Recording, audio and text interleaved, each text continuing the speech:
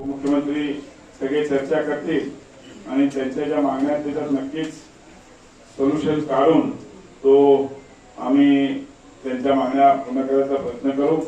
त्या ठिकाणी माझी एवढीच विनंती आहे की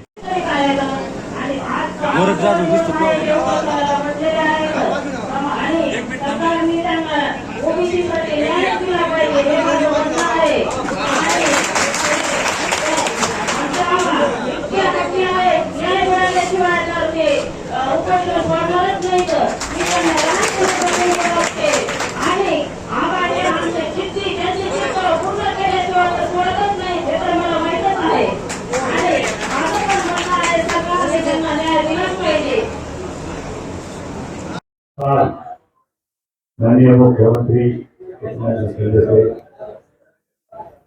उपमुख्यमंत्री देवेंद्रजी फडणवीस साहेब आणि उपमुख्यमंत्री अजितदादा पवार यांच्या आदेशानुसार आज आणि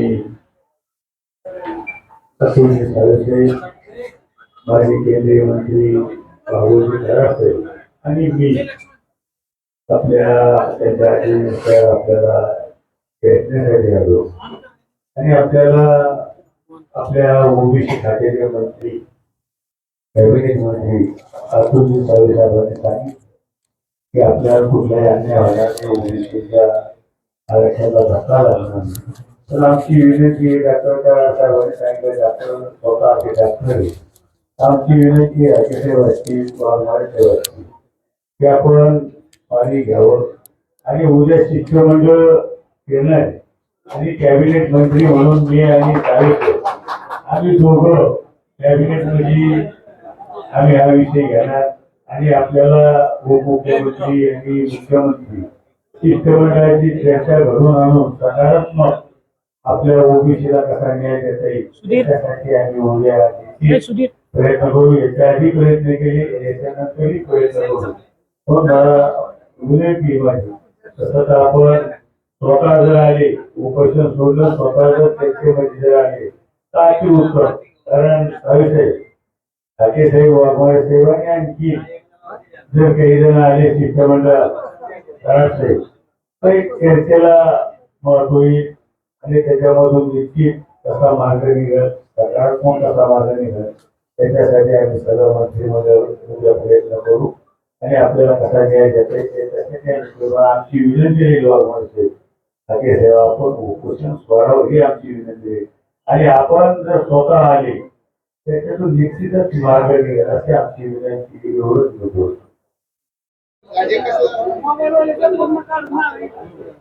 राज्याचे मुख्यमंत्री एकनाथजी शिंदे साहेब, उपमुख्यमंत्री देवेंद्रजी फडणवीस साहेब आणि उपमुख्यमंत्री अजितदादा पवार साहेब यांनी आमच्याशी चर्चा केली। फोनवर आम्हाला सांगितलं की जाऊन आज अक्के साहेबांना आणि वाघमारे साहेबांना भेटा, त्यांना विनंती करा की उद्या कॅबिनेटची मीटिंग आहे त्यावेळेस जर आपण आलात तर आपल्याशी चर्चा करून ज्या आपल्या मागण्या आहेत त्याच्यावर नक्कीच आजपर्यंत दरवेळेस माननीय मुख्यमंत्र्यांनी शब्द दिलेला आहे की ओबीसीच्या आरक्षणाला कुठेही धक्का लागणार नाही म्हणून आणि त्याच पद्धतीने आम्ही पण सगळेजण हे करत आलेलो आहे।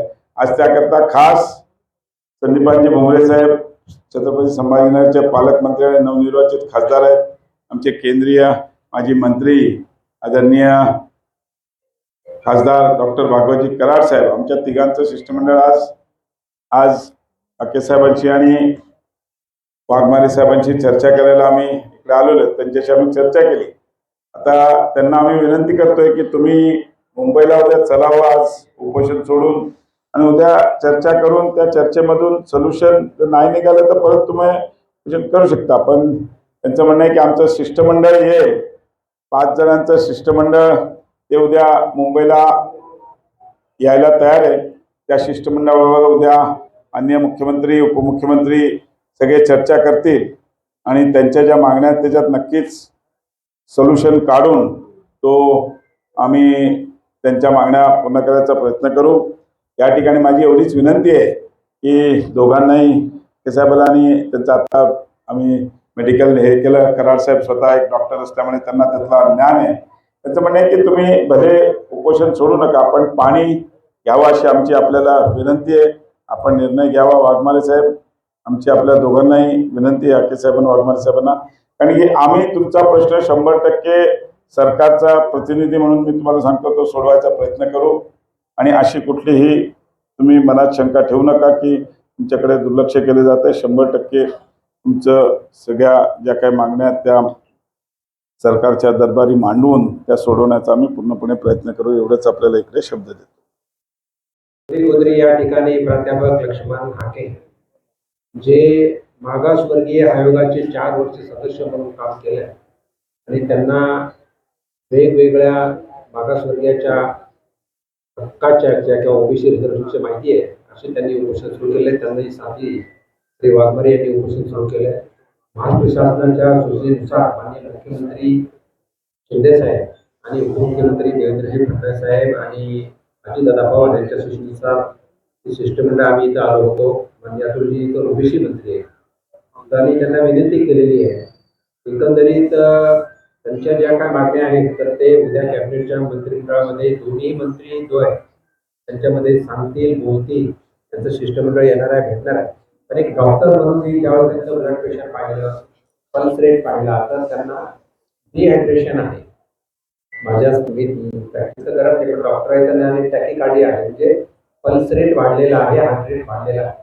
तर एकंदरीत त्यांना पाणी घ्यावे अशी आम्ही विनंती केलेली आहे. पण ते आता आम्ही करणार नाही आहे, कारण जर पाणी नाही पिलं तर किडनीला त्रास होऊ शकतो. आउटपुट कमी आहे. त्यांना लघवी सुद्धा काल दुपारी झाली आणि किडनी त्यांना झालीच नाही. आणि ते किडनीला जर त्रास झाला तर तो इरिपेरेबल असतो, नंतर ते चांगलं होऊ शकत.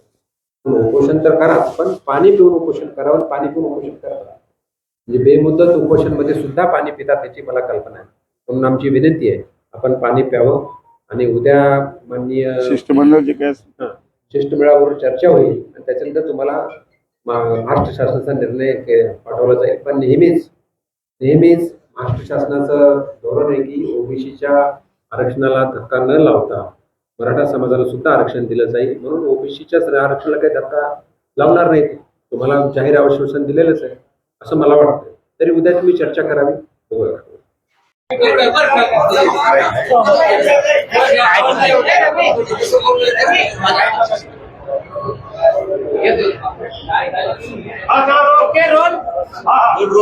शिष्टमंडळ आलं, काय चर्चा झाली नेमकी, तुम्हाला काय आश्वासन दिलं आणि पुढे काय भूमिका घेतली? शिष्टमंडळाचं म्हणणं असं होतं की तुम्ही उपोषण सोडून मुख्यमंत्र्यांच्या बैठकीला चलावं. पण आम्ही त्यांना सांगितलं की आम्हाला शासनातर्फे ओबीसीच्या आरक्षणाला कसा धक्का लागत नाही याचं आम्हाला उत्तर मिळावं. आणि मंत्रिमंडळ किंवा मुख्यमंत्री महोदय म्हणतात की आम्ही ओबीसी आरक्षणाला धक्का लावत नाही, हे कसा लागत नाही. आणि बोगस कुणबी नोंदीच्या द्वारे जरांगे साहेब म्हणतात की आम्ही 80% मराठा समाजाला आम्ही ओबीसी मध्ये घुसवलेला आहे. आता उरलेला प्रश्न फक्त 20% आहे. आणि हे जाहीर मीडियाच्या द्वारे जाहीर महाराष्ट्रानं पाहिलेलं आहे. या दोघांच्या प्रश्नांमधून महाराष्ट्रातल्या ओबीसीनी, मागासवर्गीय, वंचित, शोषित घटकांनी काय अर्थ घ्यायचा याचं उत्तर आम्हाला मुख्यमंत्री, उपमुख्यमंत्री आणि मंत्रिमंडळाकडून मिळावं एवढी आमची अपेक्षा आहे. ही आमची भावना आहे. तुम्हाला पाणी घेण्याची विनंती केली. पाणी मी कालपासून आम्ही पाणी बंद केलेलं होतं.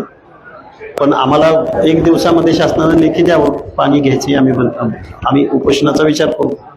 आम्हाला शासन लेखी आश्वासन देत नाही तोपर्यंत आम्ही हे आंदोलन थांबवणार नाही. शिष्टमंडळ कोण असेल आणि शिष्टमंडळ आमचे इथले संयोजक ठरवतील आणि त्यानुसार 5 नावं पाठवली जातील. पण याच्याही पेक्षा आम्हाला फक्त 2 प्रश्नांचं उत्तर शासनाकडून हवंय. हे उत्तर मिळावं अशी आमची अपेक्षा. सरकार छातीपणी सांगते धक्का लागणार. हे तुम्हाला लेखी द्यायला का वेळ लागते असं तुम्हाला वाटतं? मग छाती ठोकपणे जर सरकार सांगत असेल, फक्त सरकारच सांगत नाही तर महाराष्ट्रातलं सरकारच सांगत नाही तर महाराष्ट्रातले जेवढे रुलिंग पार्टीज आहेत, म्हणजे जेवढे पक्ष आहेत, काँग्रेस, भाजप, शिवसेना, राष्ट्रवादी, दोन्ही शिवसेना, दोन्ही राष्ट्रवादी, या सर्व पक्षांचे प्रमुख म्हणतायत की ओबीसी आरक्षणाला धक्का लागता कामा नये. तर तो कसा धक्का लागत नाही एवढंच आम्हा अर्ध्याहून जास्त लोकसंख्येला या सर्व लोकांनी सांगावं, कारण राज्यकर्ते आहेत हे सगळे लोक. तर ते दुर्लक्ष होतंय असं काय आहे का तुमच्याकडे? आमच्याकडं हे बघा, ओबीसीची पाठीमागे अनेक आंदोलनं झाली, पण त्या आंदोलनाला म्हणजे सावित्रीबाई फुले यांच्या जन्मगावी जमदडे नावाच्या युवकानं उपोषण केलं होतं, तिथला लोकलचा प्रतिनिधी सुद्धा तिकडे गेला नाही. आमच्या भगवानगडाच्या पायथ्याला माथुरी गावामध्ये कीर्तने नावाच्या तरुणाचं उपोषण झालं होतं, तिकडेही माणूस गेला नाही. चौंडीच्या आंदोलनालाही लोकलचा लोकप्रतिनिधी सुद्धा गेला नाही, आमदार खासदार. मग ओबीसीनी आंदोलन म्हणजे ओबीसीला हक्क अधिकार नाहीत का, किंवा हे शासन ओबीसीचं नाही का? 7% लोकसंख्या आहे ओबीसीची, 50% जास्त आहे. सरकार फक्त काही ठराविक वर्गाचं आहे का? आणि मग लोकनियुक्त लोक जर अशी वागत असतील तर मग ओबीसीनी, भटक्या विमुक्त जाती जमातींनी, एसबीसीनी नक्की जायचं कुठं आणि आपली बाजू मांडायची कुठं? म्हणून आम्ही आंतरवली सराटीच्या वेशीवर वडी गोद्री या गावामध्ये हे आंदोलन पुकारलेलं आहे. पाटलांची आता प्रेस जाते त्या ठिकाणी तुमचं म्हणणं असतं की मराठा समाजाच्या विरोधात तुम्ही नाही किंवा मराठा नेत्यांचं, ओबीसी नेत्यांच्या समाजाच्या विरोधात नाही. मात्र आम्हाला जे पाहिजे ते त्यांनी द्यायला पाहिजे. तुमच्या उपोषणाला त्यांनी कायदेशीर अधिकार म्हणून जरांगे साहेब या महाराष्ट्रामध्ये गेले 7-8 महिने महाराष्ट्राला सांगतायत की ओबीसी आमचा बंधू भाव आहे. ओबीसीच्या गाडीवर आम्ही 50-50 रुपयाचं पेट्रोल टाकून बसतो आणि आमच्यात भाईचारा आहे, आणि ओबीसीच्या नेत्यांना ते टार्गेट करताना दिसून येतात. त्या जरांगे साहेबांना मला एक प्रश्न विचारायचा आहे की ओबीसी जर तुमचा बंधुभाव असेल तर त्या सामाजिक मागासवर्गीय म्हणजे बलुतेदार, आलुतेदार या लोकांचे हक्क आणि अधिकार हिरावून घेत असताना, त्याचं घर उद्ध्वस्त करत असताना, त्याच्या पालामध्ये, त्याच्या छोट्या मोठ्या घरामध्ये तुम्ही घुसखोरी करत असताना तुमचा ओबीसी कसा मित्र असू शकतो? या प्रश्नाचं उत्तर जरांगेने आम्हाला द्यावं. आणि मुळात जरांगे साहेबांना जे शासनामार्फत रेड कार्पेट घातलं जातं आणि ओबीसीच्या आंदोलनकर्त्यांची एक साधी दखल सुद्धा इथलं शासन घेत नाही, विरोधी पक्ष घेत नाहीत, मुख्यमंत्री सगळ्या पक्षाचे प्रमुख घेत नाहीत. हा महाराष्ट्र म्हणजे फुले शाहू आंबेडकरांचा महाराष्ट्र आहे का? पुरोगामी महाराष्ट्र आहे का? सामाजिक न्यायाचा महाराष्ट्र आहे का? या प्रश्नाचे उत्तर आम्हाला शासनाकडून पाहिजे.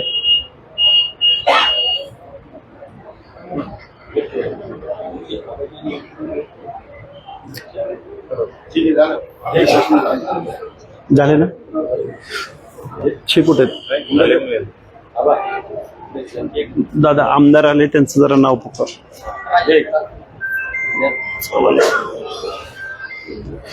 या ठिकाणी विधान परिषदेचे सन्माननीय सदस्य आमदार राजेश भैया राठोड आलेले या दोन्ही त्यांचं मनोबल उठवण्यासाठी, या आंदोलनाला सबळ करण्यासाठी या दोन्ही नेत्यांच्या वतीनं, समस्त वडीलगोत्री गाववासी यांच्या वतीनं या ठिकाणी आमदार साहेबांचा आभार व्यक्त करतो.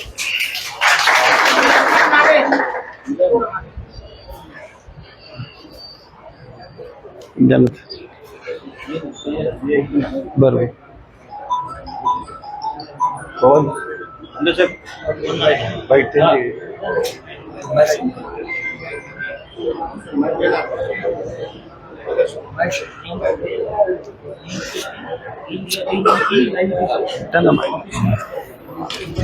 या ठिकाणी आमदार राजेश भैया राठोड